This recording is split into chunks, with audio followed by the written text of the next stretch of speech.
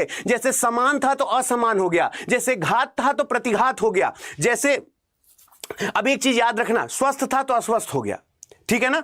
तो ये चीज याद रखना कि जब आ जोड़कर उपसर्ग लगाकर कभी कभी विलोम बनाया जाता है और कभी कभी उपसर्ग बदलकर विलोम बनाया जाता है। तो जिंदगी में ये याद रखना, एक तो लिंग परिवर्तन के आधार पर बनाया जाता है, एक विशेष जो हम लोग पढ़ते हैं जैसे पाप पुण्य गरीब और अमीर ये, और एक उपसर्ग जोड़कर, है ना, एक उपसर्ग जोड़कर और एक उपसर्ग बदलकर, और लास्ट जो होता है वो नहीं का अर्थ देने वाले, जैसे आदि का, जैसे बोलते हैं ना अंत का अनंत है, जिसका अंत है, और अनंत मतलब जिसका कोई अंत ही ना हो। जैसे सुविधाजनक का असुविधाजनक होता है, जैसे संभव का असंभव होता है, जो नहीं का सेंस देता है।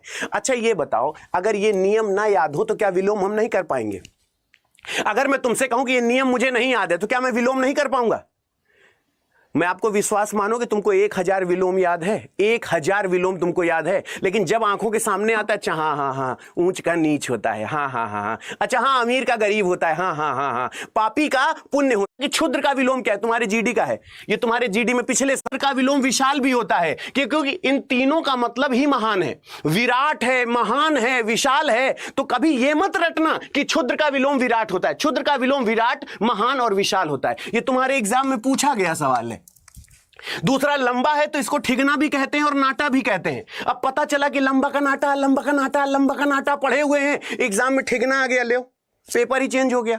तो ऐसा नहीं करना। अगर स्वामी है तो स्वामी, वो गेंडा स्वामी, जीवन के अंतर्यामी स्वामी होता है ना, स्वामी का मतलब होता है मालिक, और स्वामी का जो विलोम होता है दास होता है। दाता एक राम, भिखारी सारी दुनिया, संत एक देवता, पुजारी सारी जाने दो। मेरी आवाज कराने वाला हूं, जरा समझो। आरंभ है, प्रचंड है, आरंभ है, और आरंभ का विलोम केवल अंत नहीं होता, आरंभ का विलोम समापन भी होता है, साह खर्च भी होता है, के 3-3 विलोम होते हैं।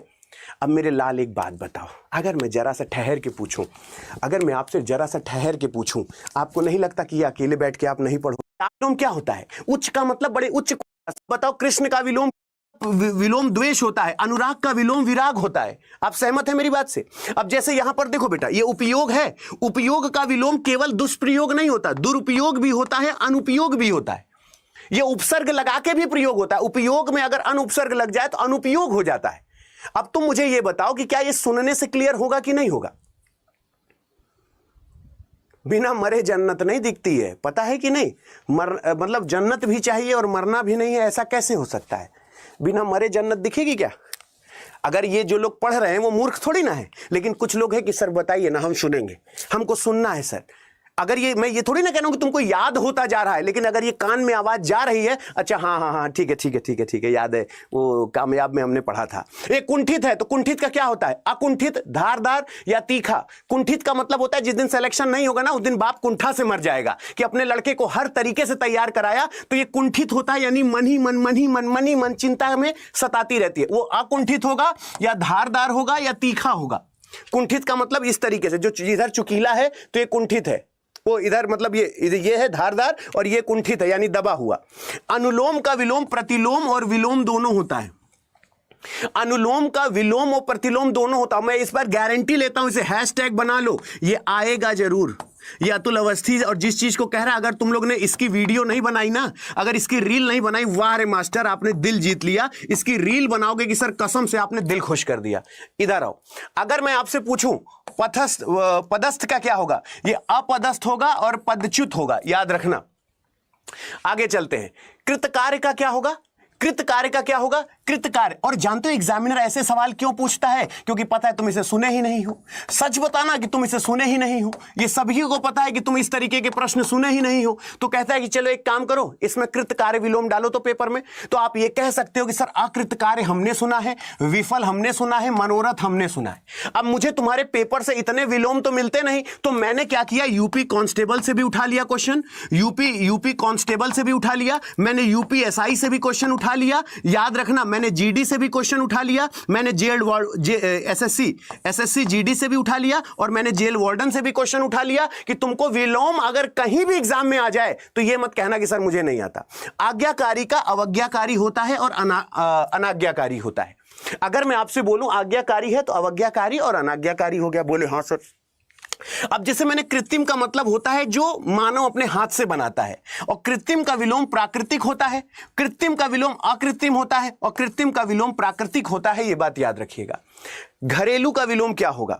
घरेलू का विलोम, घना तुम्हारे एग्जाम में आया है बेटा, ये एसएससी जीडी का ही सवाल है, ये एसएससी जीडी का ही सवाल है कि घना का विलोम क्या होगा। तो ये याद रखना कि बिखरा नहीं देगा, विरल नहीं देगा, तो वो छितरा दे देगा। अब बोले कि सर छितरा क्या होता है? लोग कहते हैं जौन कंटाब मारेंगे अभी छितरा जाओगे यहीं पे 2 मिनट में। छितराने का मतलब क्या होता है? इसे सरसों उठा के फेंक देना ना तो पूरे कमरे में फैल जाती है। लोग कहते हैं ना मूड खराब किया तो एक ही कंटाब में भी छितरा जाओगे। छितराना का मतलब फैल जाना।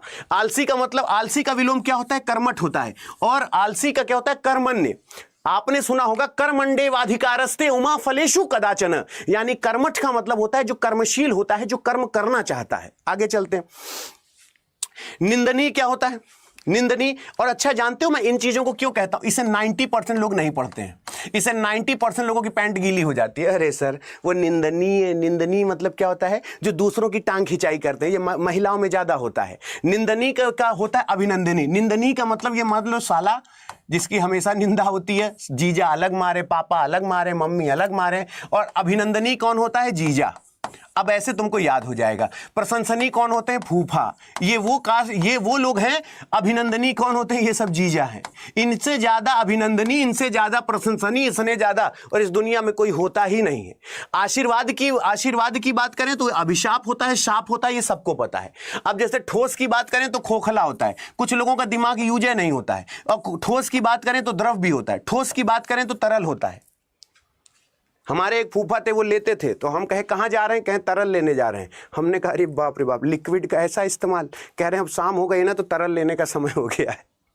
अब जैसे प्रत्यक्ष होता है,